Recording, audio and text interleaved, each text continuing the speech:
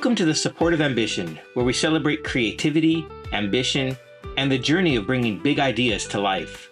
I'm your host, Danny, and I'll introduce you to inspiring voices from all walks of life. Artists, innovators, and dreamers who are pushing boundaries and redefining what's possible. This podcast is about the power of support, shared stories, and the belief that we're all stronger when we lift each other up.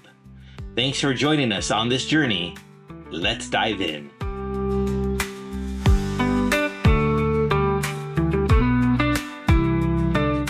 My next guest has spent 20 years on a baseball diamond, 9 of them at the highest level of the game, before walking away from the mound and picking up a microphone.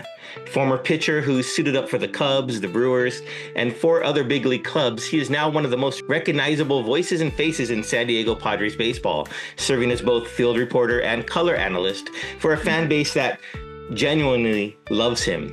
He's the kind of broadcaster who makes you feel like you're getting the real story because he's lived it. Please welcome to the Support of Ambition, Bob Scanlan.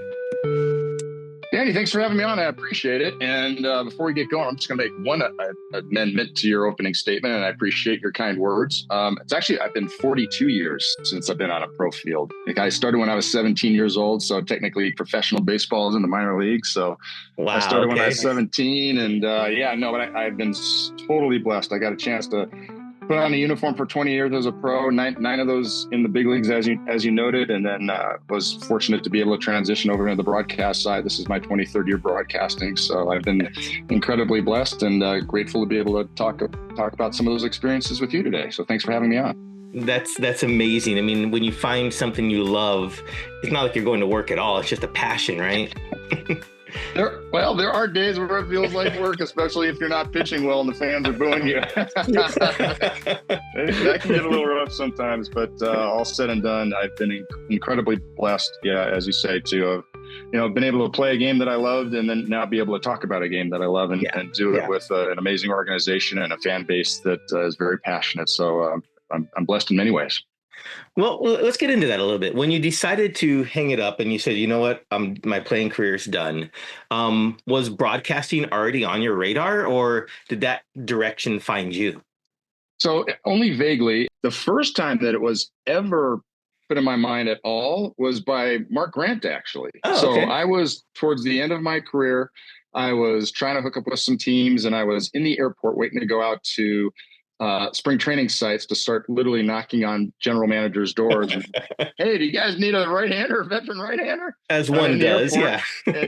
And this guy comes up to me, big, jolly, smiley guy. Hey, you're Bob Scanlan, aren't you? What's up, big right-hander? Yeah. He goes, hey, Mark Grant, good to see you. And I was like, oh, cool. What are you doing now? I'm doing broadcasting. Love it. He goes, and you know what? You could probably do it too. Something you might want to take a look at. So I thought, well, okay, thanks. And, so the seed was planted, I guess, but nothing that I really took seriously at that point because I was heading out to get a job still to pitch, Right.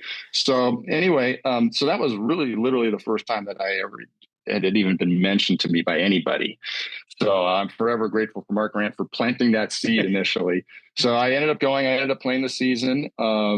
And towards the end of the season, I was in AAA that full year. And so kind of in my mind, I don't like, okay, it's getting down towards the end, I'm 37 years old or whatever it is at that point. And it was towards the end of the year. I just pitched the day before, so I didn't have any responsibilities the next day. I'm sitting in the dugout and I start getting hungry.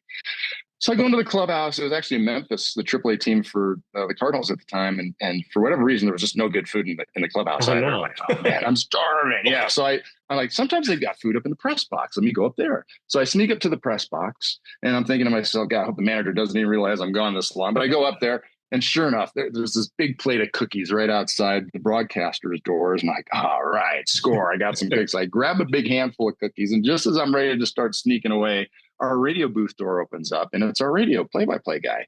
Okay. And he sees me as, Scan, what are you doing up here? Tim, don't tell anybody. I'm just getting a cookie. I'm out of here. He's like, oh man, this game is getting kind of long. What? Come in, sit with me and let's talk baseball for an inning. And I can't do that. He goes, please just come on in for one inning. I'm like, okay, I guess so. So I went in and talked for half an inning, and then the half inning turned into an inning. Next thing you know, I was up there for 3 innings talking baseball Oh, with wow. him. Okay. It just flew by, and I was having fun, and he seemed to be enjoying my contributions. And I finally like, hey man, I got to get out of here. Skip's going to know I'm gone. So snuck back down to the dugout. Nobody knew it. Nobody missed me. And so it was on a road trip. I was with New Orleans at the time. So we got back to New Orleans and we're warming up before the game, first game back. And some fans were like, hey, Bob, we heard you on the radio. And, it was really interesting what you had to say. I really enjoyed it. So that was sort of the first time that was like, huh, maybe that is something that I could do. Mark Grant had already talked about it. And now I'm getting a little bit of fan feedback just randomly. So anyway, the season ends.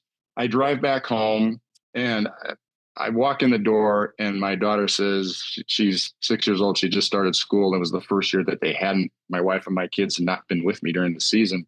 And I walk in the door and she says, Daddy, I don't want you to play baseball anymore. I want you to stay here with me. Oh, wow. So that was it. That's how I quote unquote made the decision. I didn't really make the decision. She did. How could I say no to that? So all of a sudden I was not a baseball player anymore and trying to find out what to do. So I went out, I got my real estate license. I had considered going back and finishing up my degree. I'd been working on an engineering degree. I had been offered opportunities to coach. So there were just a lot of different things that I was looking at. But in the back of my mind, I was still thinking about that broadcast thing and how, it was fun talking ball and people seemed to appreciate what I was doing. And so, this is in a very short period of time. Within a week or two, I called up my agent and I explained, hey, I'm not going to play anymore, but what do you think about me doing broadcasting? Nice. I'm kind of busy right now, Bob. Can I call you back? Click. He never called back. So I was like, that wasn't too encouraging. But I had a close friend who said, you know what, you should continue to look into it and pursue it. He happened to be sort of in the business in a way. And so he gave me the names of some other broadcast agents specifically. So I called up a half dozen of them and none of them called back except for one. And he had the courtesy to at least call me back and explain to me, Bob, you don't have what it takes. You don't have the voice. You don't have the name. You don't have the experience. So I'm just being courteous and telling you, you should try to pursue something else. So you don't waste your time with this broadcast stuff. So it wasn't exactly a, roaring endorsement of my broadcast career to start things off. But this friend who was being encouraging of me connected me with a broadcast coach. And so I started working with just this gentleman, and he kind of encouraged me to not only, hey, let's see what you can do. Have you thought about doing play-by-play at all? And I said, no, I haven't, because what's unusual for players to do play-by-play, but, why don't you give that a try? We can also continue to work on your analyst work and whatnot. So I said, okay, let's do it. So I'm trying to sell real estate, trying to figure out what my next step is. Mm-hmm. I'm working on these broadcast lessons with this coach. I'm literally watching games on TV and doing play-by-play and analyst work over the TV, what I'm watching, going out to Little League fields. I'm that creepy guy in the stands with a little tape recorder going, and the 2-2 pitch to Johnny, ground ball to the first baseman. It goes through his legs, caroms into the corner. So actually, it's great practice because you never know what you're going to see in a Little League game. So, true. But anyway, I was working on my skills. I just felt like, maybe this is something I can do somewhere at some point. I had gone to the Padres games. Matt Vesgersian and Rich Sutcliffe were the announcers at that time. They were kind enough to allow me into the booth before the game, and they talked to me and hey, Bob, go give it a try. We don't have anything here. We're pretty stacked with our talent. They suggested that I talk to the local radio producer that handled the Padre games at that time. And I said, thanks for the tip. So I called him up and he was very gracious, but he said, Bob, we don't have anything for you right now. We're full. So I was kind of getting dead ends all over the place. Our family priest, Father Joe Masser, who still, has a parish in La Jolla, California, he said, Bob, I happen to know the producer of the Padres TV games. Why don't I connect you with him? Line him. Okay. So you never know where the connection is going to come, right? Yeah. So I thanked him, and so the gentleman's name was Dan Novak. He was in charge of Channel 4 at the time, and Dan was kind enough to take a meeting with me, and he was very clear when I walked in the door. He goes, "You realize I'm only seeing you because of Father Joe, right?" I said, "Yes, no, I totally understand that. I appreciate the favor." So, and he sat me down and he pointed to the corner of his room, and he said, "You see that stack of tapes over there?" This was back when there were VHS tapes and everything. I go, "Yeah." He goes, "That's 50 guys right there that all want to do the same thing that you want to do." Okay. and you don't have any experience, what I recommend is that you go up to Lake Elsinore, see if you can get some reps up there. Check back with me in a couple of years after you've had a chance to, get some reps under your belt or whatever. And, then maybe we can talk.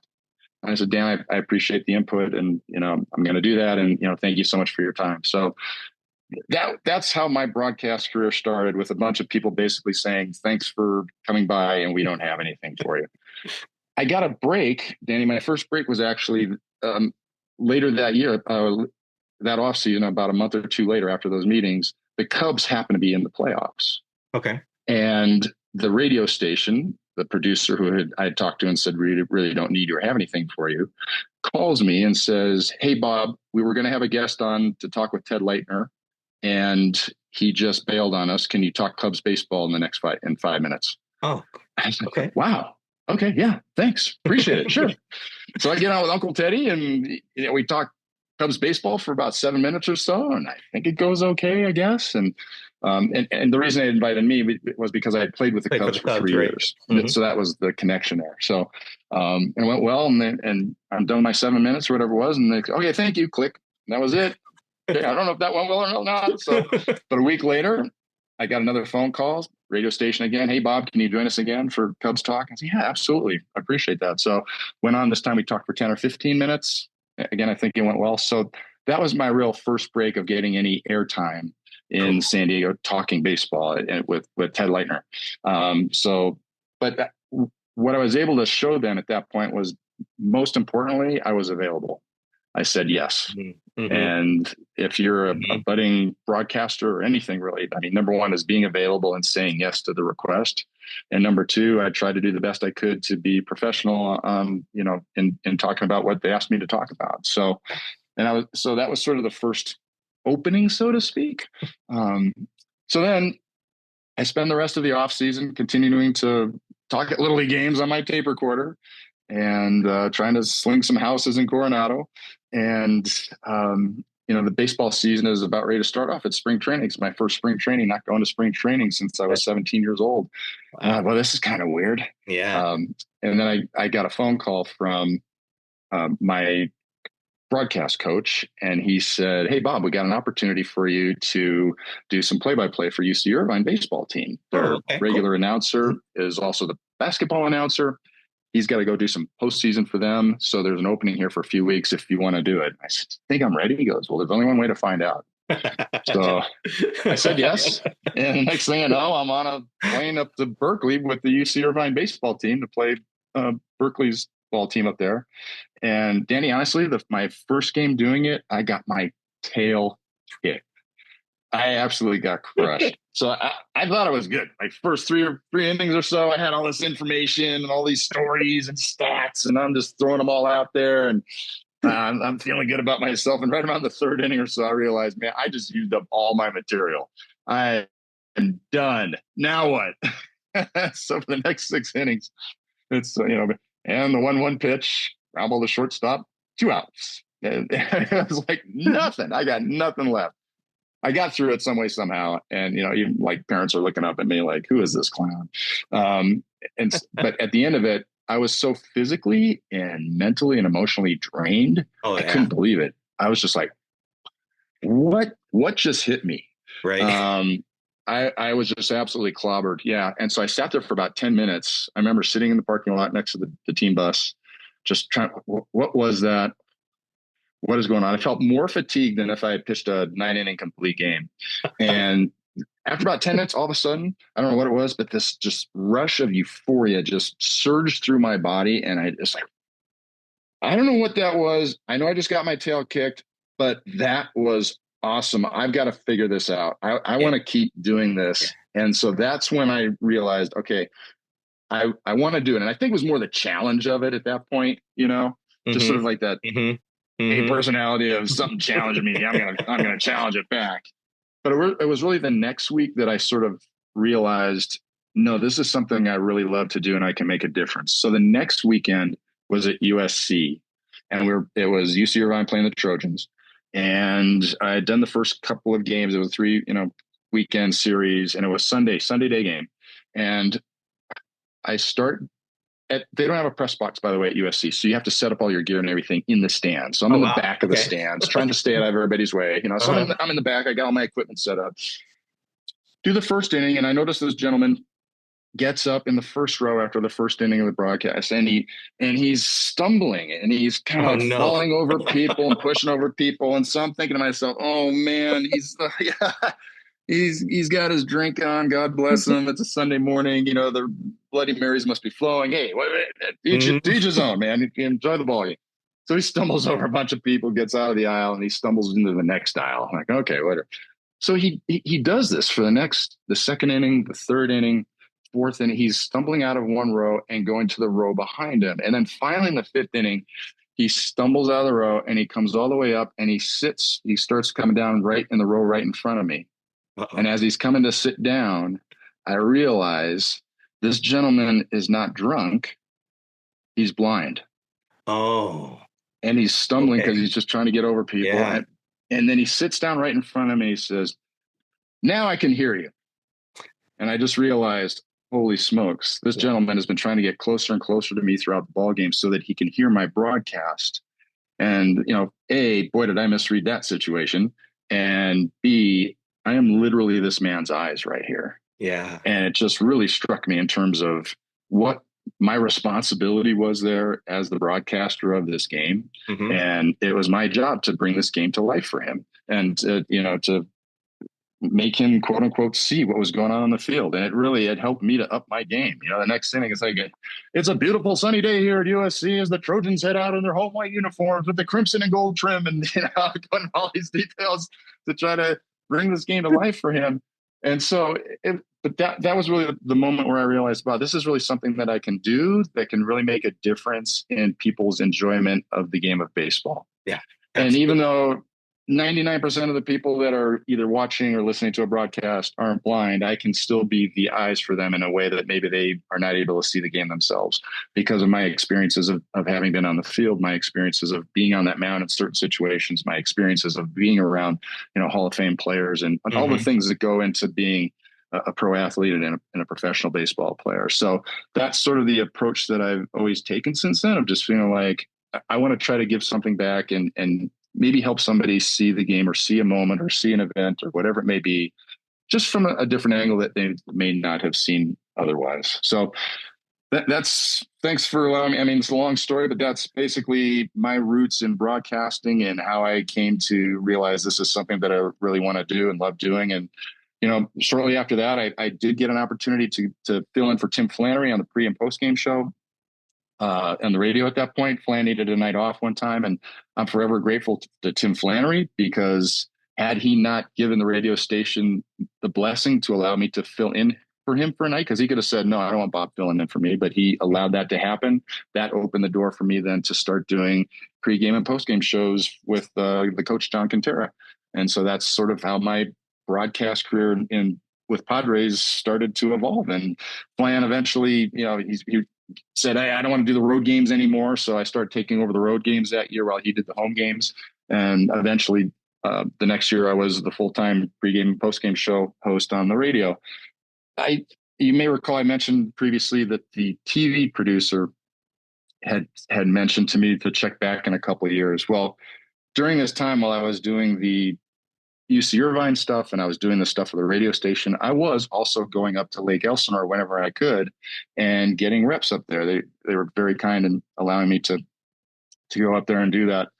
Sean McCall was the play-by-play man for Lake Elsinore at that time, and Sean was incredibly generous in terms of inviting me into his booth to see him do play-by-play, allow me to do the analyst work next to him. So I was getting my reps up there. So about 2 years after I started doing the radio stuff for the Padres, I get a phone call from Dan Novak, that producer on the TV side, and he says, "Bob, can you fill in for Tim Flannery tonight on the TV pregame and postgame?" Like, yeah, Wow. sure. I guess when I need a day off from the TV side. So yeah, absolutely, Dan. Thank you so much for the opportunity. And he goes, "By the way, do you know why I'm offering this to you?"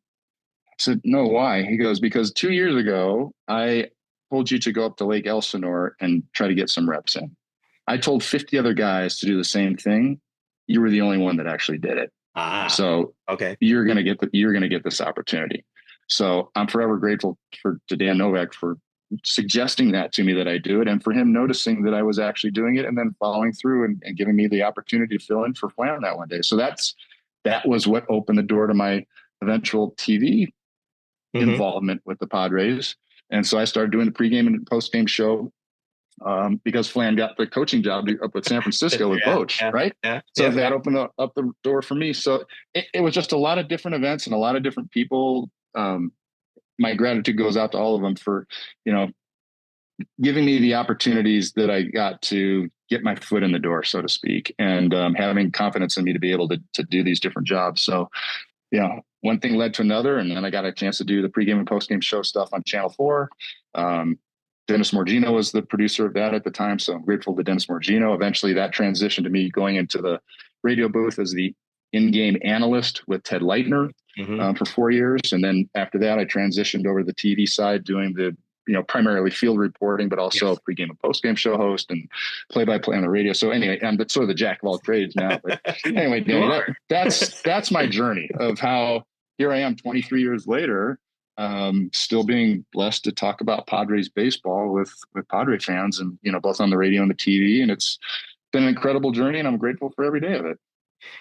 That is awesome. I mean, it explains a lot to me, because whenever I hear you filling in on the play-by-play, either on TV or on the radio, I always wondered, how did he get to be there? I mean, because I seen you as before, just a pre-post game and the field reporter, but now knowing your experience and your journey, it makes so much more sense. And it's so great to see you and hear you live out that more.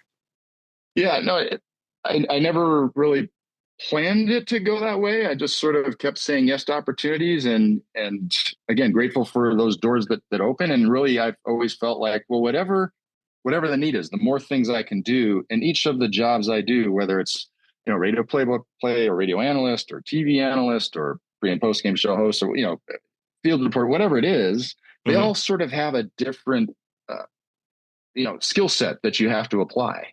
Right. Sometimes I'm teeing up Mark Grant to, here, what do you need? Other times, Mike Pomeranz is sort of teeing me up, or sometimes I'm just there to be a conduit from a player to get his story that we can then share with the fans. Or, if I'm doing the play-by-play, obviously that's a whole different thing. And I'm trying to set up Tony Gwynn so that he can share his stories about it. So they're all different and they're all fun. And I just feel like the more things I can do to be of help to the broadcast, or to be that Swiss Army knife guy, or the guy with 6 gloves in your bag, I should say. You need me to catch today, Skip? I can do it. First base, no problem. I'll cover right field. Yeah. So, and I enjoy each one of them because it sort of keeps it, interesting and different for me too. Just applying all these different skills, whichever it needs at that time. Yeah. Yeah. Well, when you were playing, you saw and played with, like you said, Hall of Famers. You watched some great moments. What does it mean, though? Because I know the broadcast team of the Padres, Don Orsillo, Mark Grant, Jesse Agler, Tony Gwynn Jr., they've all been rated like probably top career baseball analysts or broadcast team in the nation. What does it mean to show up for them daily? Yeah, so I'm proud to be a part of the number 1 and number 2 ranked broadcast in all of Major League Baseball. TV was ranked number 1, radio was ranked number 2, and I feel like I've been able to be a contributor to both of them, and I'm blessed every day that I get a chance to listen to great broadcasts, right? So if I'm the field reporter and I'm down there listening to Don, I'm listening to one of the best broadcasts in all of Major League Baseball. So that's great. And if there's anything I can do to contribute to the broadcast, that's fine. I'm here to sprinkle a little salt here or a dash there or whatever it is that I can give. So, I'm just grateful to be a part of it and help out in any way that I can. That is awesome. I mean, I hear you doing interviews with the players afterwards. Does being a former player help unlock something that other reporters might not have when you relate to these interviews? That's a great question. And so honestly, yes, in some ways, right? Because I should be able I feel like I try to connect with players in a way that I can empathize with whatever they're going through at that moment. I mean, especially if it's a tough time. And also to be able to celebrate and have an appreciation for the great moment that they just experienced, knowing what they've been through, right? And that's not to say that other reporters that didn't play can't do that also. Everyone has their own connection to the sport, their own ability to connect with players on a human level and also on a professional level. So I don't think that I have any. It's not that other people can't do it just as well or better than me, just depending on their backgrounds, right? I mean, we all have something to give from being a fan of the sport, from our experiences in the sport.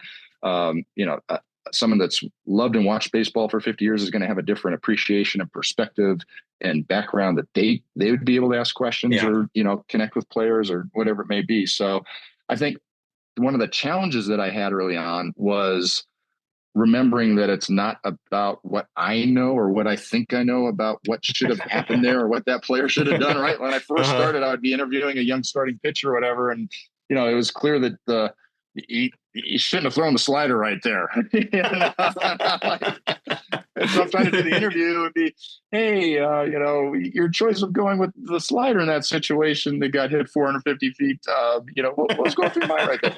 So I had to kind of check myself in terms of, and then, whatever answer he got back would be times like, oh, this kid just had no idea why he threw the slider. He was guessing and he spun it up there. And so it was sort of monitoring my input and my experiences and not having that affect what this, because we want to hear from him, not my bias on what I felt like should have happened or whatever. So I've tried to, grow in that way, and really just try to facilitate hearing what they have to say. And hopefully my background can allow me to ask certain questions that may open the door for them to share an answer that they might not have gotten otherwise. So yeah, it's kind of a double-edged sword, but I do the best I can, and I'm constantly learning, right? Because it's a new generation of players. So that's one of the things too. I'm always trying to learn. I'm trying to learn what's their language now.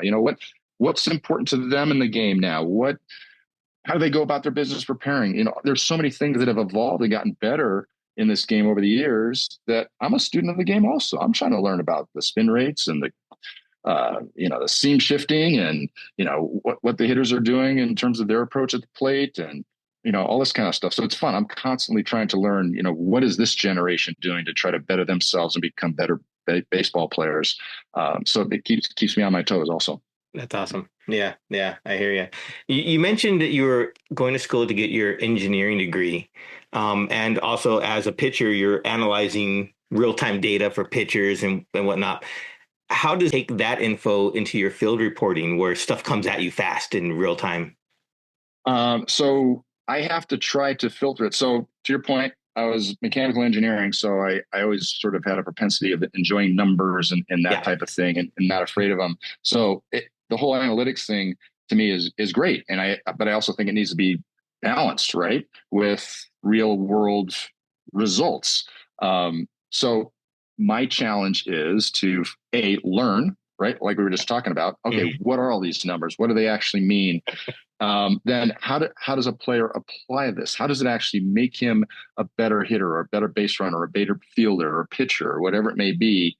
And then once I'm learning all that, how can I share that with the fan base in a way that is absorbable? There right? It is. Yes. Yeah. And so there are times probably where maybe, and I try to be careful of it. So Danny, feel free to call me out if I'm throwing numbers that are over people's heads, but our challenge is as broadcasters, we realize we have people that are listening that have been listening to Padres baseball for 40 or 50 years. I also have somebody that it might be their first game ever. Right. And so trying to find that balance of, all right, let's make it approachable for the person that's new to the game and they want to learn the game and appreciate it. But also give some meat for the person that knows the game and they love the game and they actually want that inside stuff. Yeah. So that's sort of the constant balance that we're trying to find. And we're not perfect at it. And I know there's sometimes fans that say, you're talking over my head, or other times like you're talking so elementary. Everybody knows what WAR means or OPS or BABIP or whatever. It's like, no, not everybody does. So sometimes we have to, so fans, patience with us as we're trying to, be able to feed everybody and make it enjoyable for everybody that's involved. So, but yeah, that's the challenge, Danny, is us absorbing and understanding it ourselves to begin with, so that we can then try to explain it to fans in a way that makes sense and is entertaining and relevant. Also, we don't want to just throw things in there just because, I know this, so I'm just going to share it with you. Well, it's not relevant to the situation, is it? So sometimes we got to be careful of knowing when to put that stat or information or that story in there as well. I agree, and I think the whole team, you and the other members of the broadcast team, do a great job of that. Thank you. I've been watching, listening to baseball 40 plus years, like you said, but some of the new items, new stats, new stuff, I don't have any clue. I like the old school approach. I understand that. So hearing Mhm. them and the way you guys explain them makes it very easy for me to digest. So I appreciate all that you do when you do that for us.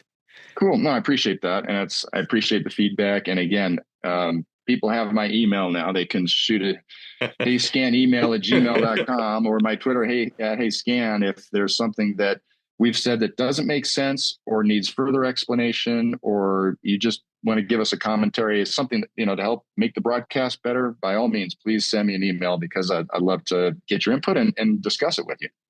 You are definitely a man of the people, I guess. Trying to be, because it's about the fans. Like, we want them to enjoy the baseball experience, and I want people to like love baseball the way I love baseball, Yeah. Yeah. and love learning about it, because none of us know everything, and I'm constantly learning too. I get great questions from fans sometimes, and I literally, that's a great question, I don't know, let me find out. Yeah. Hey, Yeah, that or is I think cool. I know it, and let's further define it. Let's get smarter at this, and let's figure out a way that we can have a conversation about it. So, yeah, I'm constantly learning as well. It's great, give and take with all of us. How has it been? You've been with the team for what, 23 years? Okay, 23 years with the Yeah, Padres. yeah, But recently, I guess you would say within the last 10 years, the fan base has, I would say, just exploded, right? The yeah. passion for the game, everything. I mean, I remember watching the Padres play the Tigers in '84 World Series in elementary school. So I won't count me in that. But just seeing the way it's grown, I just curious Yeah. how, when you travel with the team, especially when you go international to like the Seoul series or even the upcoming Mexico City series, what is it like when you get to travel with the team and see the different cultures experience the Padres alongside of you or with you? Well, to your point, it has completely changed, right? It's evolved, and really, the late great Peter Seidler, I have to give him all the credit for Yeah, what he has done to put Padres baseball on the map in a way that it never had been previously. yeah, He had a yeah. passion for the team. He had a passion for the city of San Diego. I'm almost feeling like I'm getting a little choked up just talking about him and what he meant. Just as a human being, not just as an owner. I know a lot of people, but well, he put his money where his mouth is, and he certainly did that. But I mean, his work with the homeless people and Yeah, just yeah, his love for the city of San Diego. I've never seen an owner walk through the stands. I remember this in Arizona and get a standing ovation before the ball game, from the fans who were there in Arizona to watch the Padres. And seeing fans with Seidler jerseys, yeah. and That's true. so it kind of, that parlays a little bit into your question about being on the road and how we've had such an incredible following on the road. And it's been amazing because anywhere we go, as I'm walking around the stands, I just see Padres fans everywhere. And they're scared, let's go. They're fired up. So Padre fans, you've been amazing. You're traveling incredibly well. And in fact, this last series in Anaheim, I thought we were at a home game. It was incredible. Yeah. Sometimes you put your head down, I'm working on something, and you hear a roar of the crowd, and okay, well, that's a roar in the visiting stadium. That's bad for the Padres. I literally couldn't tell the difference. There were just as many roars for Padres accomplishments as there were for Angels accomplishments in Wow. that series. And it was because there were so many Padre fans out there. It was Hmm. fantastic. When Mason Miller came out for that last save, the place went nuts. Hmm. I thought the only thing that was missing was the corn song. Yeah. Blind wasn't playing, but everything else was going. So Padre fans, you've been amazing, and it is fun to see it on, when we internationally as well. In Korea, there were a ton of fans down there. Mexico, the previous two times that we went, both to Monterrey and Mexico Yeah. City, Hmm. incredible followings, and I'm sure it'll be the same time here when we play the Diamondbacks down in Mexico City this time too. So it's amazing, and it means something to the players, people. Just so you know, it doesn't go under noticed. It does not go underappreciated. And players will tell you this, you have fired them up in games like the come from behind victory the other day when they're down by 4 or 5 runs, whatever it was. The energy that you're able to provide does make a difference. And it also, not only it pumps up the Padre players, I've seen it intimidate the opposing players as well. I've Oh, seen wow. Okay. guys come out of the bullpen, and I've talked to players, after a game, and you go over and you say hi to so and so, and hey, good to see you, man. And the first thing they usually say, man, this place rocks. It's like a Monday night and the Twins are in town or Kansas City or something, some team that's not going to be a natural big draw, and it's filled. There's 44,000 people out there, and these opposing players, they feel it. These guys are coming out of the bullpen late in the game with the game on the line, and there's 44,000 people going nuts. They feel it. Yep. It's a type of energy and additional pressure that most guys don't experience on a regular daily basis during the regular season. And it catches some of them off guard for sure. So Padre fans, keep it up. You've been amazing. I think I heard a holy sheets coming through the TV broadcast up in Anaheim, so that was really cool. I'm sure you did. Well, I have two last questions for you, Scan. I had a previous guest on A Sport of Ambition named Zach Ford, and he wrote a book called Called Up, where major leaguers would recount their memories of when they got called up to the big leagues for the first time. So first question to that, do you remember yours?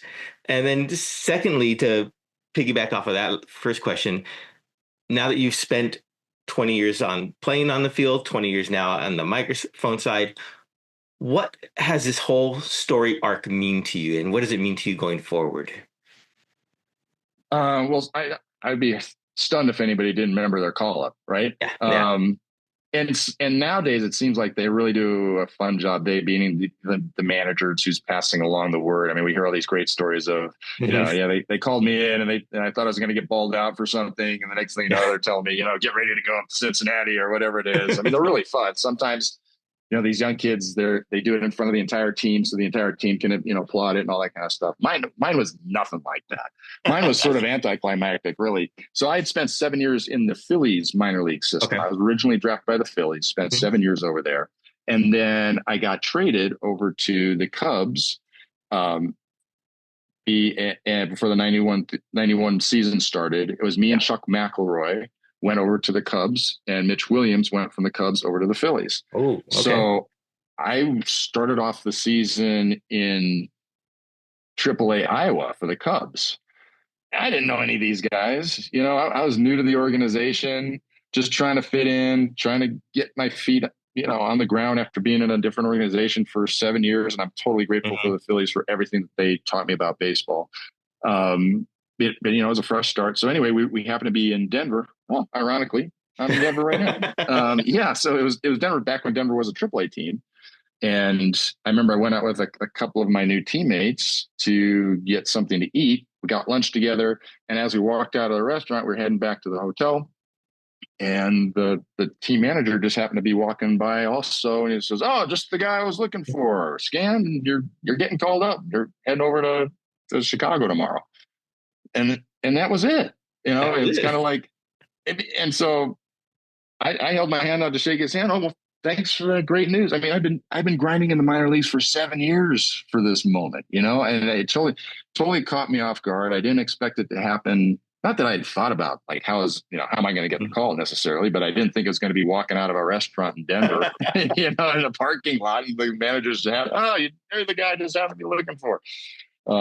And it was a little bit awkward also because the guys that I was with, they had just spent their whole life in the Cubs organization, minor leagues, hoping to get that call, And so it was a little bit awkward of me getting that notice. And I could tell the guys that I were with were on the one hand, like, "Oh, hey, congrats, Bob, congratulations." But at the same time, realizing I just trumped them, I'm the new guy and I'm getting the call up where these guys have been grinding in this organization for 5 or 6 years themselves trying to get their shot. So it was a little bit awkward, but no less thrilling, I guess, as I was walking back to the hotel, just thinking, "Oh my God, my boyhood dream is going to come true." And couldn't wait to get home to the hotel and call my parents and share the good news with them. So it was a dream come true that I'm forever grateful for. And certainly a moment that I wish any young player who's aspiring to do that at some point gets a chance to experience in whichever way it evolves for them. So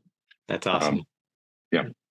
Was it a whirlwind for you getting to Chicago then and getting into the game? Was there a lot of nerves leading up to it, or were you just like, "I'm ready to go"? Oh, I was ready to go because I felt like I had spent 7 years preparing for this moment, right? but still, it's like all of a sudden you're hopping on a plane and you're going, and I'm flying first class. Like, Wow. I've never done that. I've been sitting on buses for the last 7 years. I remember I actually made a phone call back when the planes had phones.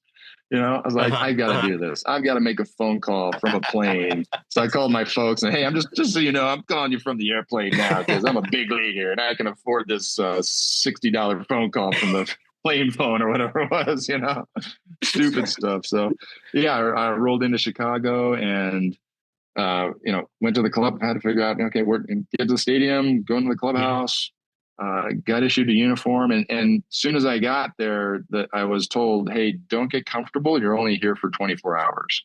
Oh, yeah. Cause I was there for Mike Harkey. Mike Harkey had hurt his arm at the time. They didn't think he was going to be going to the IL. They just thought he just had to go start. So like, hey, don't get comfortable here. You're only here for a couple of days. And so in my mind, I'm thinking, you know what, if this is my big league career, if it's just 2 days up here and I still get a chance to put on a big league uniform, so be it. I'm going to just enjoy every moment of this. So, put on the big league uniform. And I remember walking through the tunnel from the clubhouse to the dugout. And, it's this small, musty little tunnel that headed over there. But as I got closer to the dugout, I could start to see the field, and seeing that green grass at Wrigley Field. It was like something out of the Wizard of Oz in terms of how just bright green it was. It was just, it was this magical moment of, oh my gosh, I'm walking on to a big league field in a big league uniform. And that was really the moment I was like, I've made it. I'm going to have at least one day here. So one day ended up turning out to be 9 years. Thanks be to God. And so you never know how it's going to work out. So I'm grateful for every day of it. That is awesome. I like the Technicolor Wizard of Oz reference. That's really cool. Last question then. Where do you see yourself going from here? I mean, you went from the mound, you've been on the mic and different facets. How do you see that arc for you now? Where do you picture yourself just?